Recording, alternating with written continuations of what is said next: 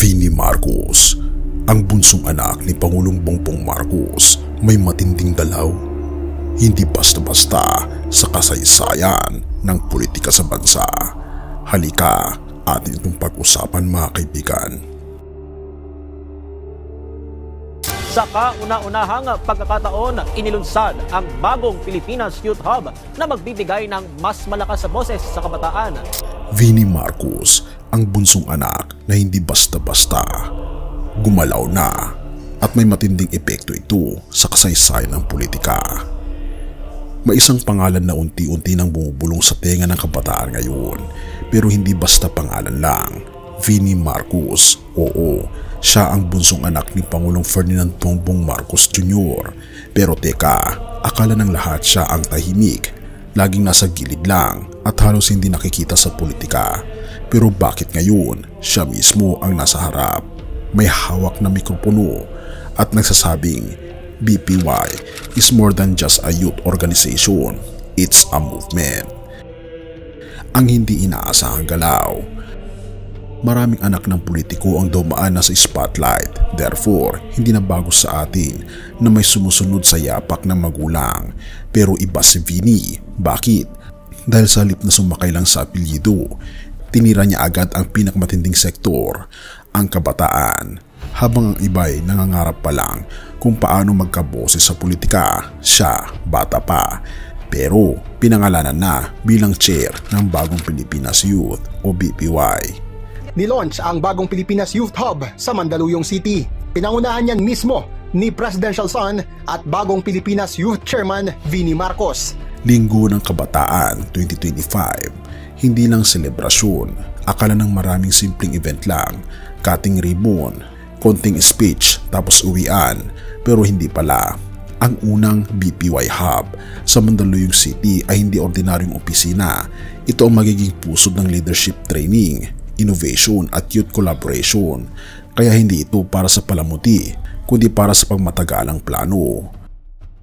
Mga programang hindi basta-basta.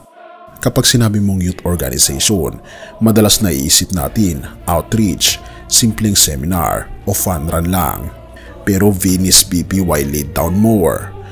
Number 1, Youth Voters Registration Hub para masiguro na boses ng kabataan, hindi lang ingay kundi boto.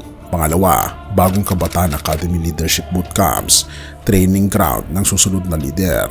At pangatlo, mental health caravans dahil hindi lang ekonomiya ang problema ng bansa, kundi pati emosyonal na kalusugan. Pang-apat, sports tournaments, songwriting at spelling competitions. Kasi hindi lang utak, ang disiplina rin ang dapat hasain. Therefore, malinaw na ang galaw na ito. Hindi laruan, isa itong blueprint at politiko in the making.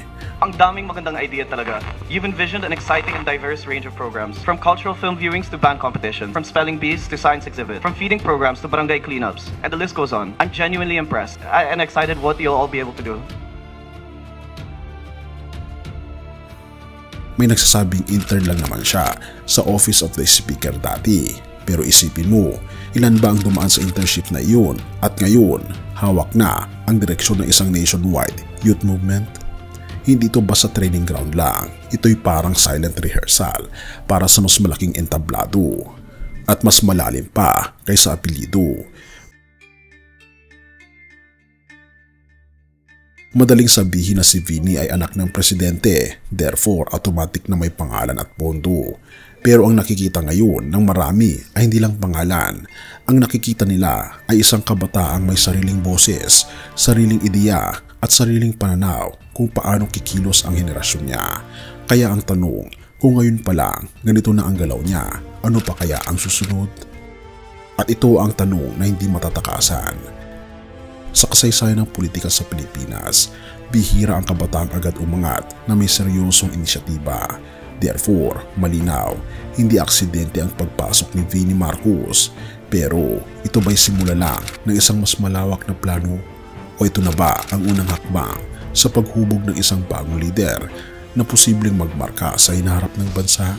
Kung titignan natin ang bawat galaw ni Vinnie Marcos ay nagdadala ng tanong, saan hahantong ang bagong henerasyong lider? Pero bago pa man natin tignan ang kinabukasan, may mas dakilang ehemplo ng pamumuno na hindi kailanman kumupas. At ito ang ating Panginoong Hesus. Sa Biblia, malinaw ang sinabi, "Let no one despise you for your youth, but set the believers an example in speech, in conduct, in love, in faith, in purity."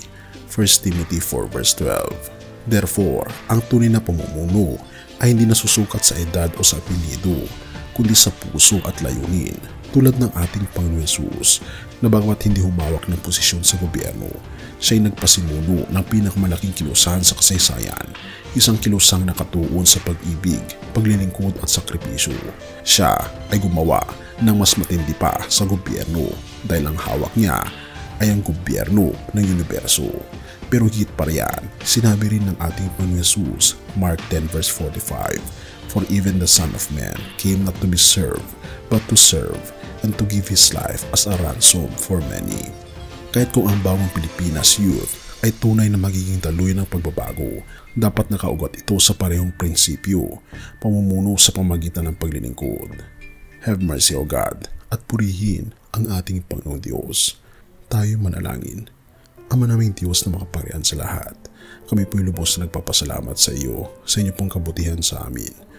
Salamat po sa inyo pong pagmamahal at nakita po namin, Panginoong Diyos, ang inyong walang kapantay na pagmamahal na ibinigay niyo, Panginoon, ang inyong pong serbisyo para sa amin. Nawa, Panginoon, ay tulungan niyo po kami na magkaroon ng pagmamahal sa aming puso na katulad ng aming Panginoon Kristo, na ito po'y magdadala ng ilaw para sa sangkatauhan. Pinupuri po namin kayo at pinapasalamatan ang aming Panginoong Diyos sa inyo pong kabutihan sa amin. Kailangan po namin kayo sa aming buhay at nagpapasakop na po kami sa inyo mula ngayon at magpakailanman, at patawarin po kami sa lahat ng aming mga pagkukulang at pagkakasala. At salamat po sa pagdinig ng aming mga panalangin, sapagkat ito po ang aming samot hiling sa matamis na pangalan ng aming Panginoong Hesus. Amen. Bago natin ipagpatuloy, kaibigan, siya nga pala ang Great Controversy, na isa sa mga pinaka-kontrobersyal na libro dahil tumutukoy ito sa mga propesiya sa libro ng Daniel at Revelation na nagaganap na sa panahon natin ngayon, bago ang pagdating ng ating Panginoong Diyos ay pinamimigay na namin ng libre sa pamamagitan ng PDF. At ito ay nasa limited lamang na panahon, kaya i-click mo sa description sa baba upang ma-avail mo, kaibigan, ang napaka-importanteng libro nito na magbubukas sa iyo sa mas maliwanag mong hinaharap. Purihin ang ating Panginoong Diyos at tayo magpatuloy.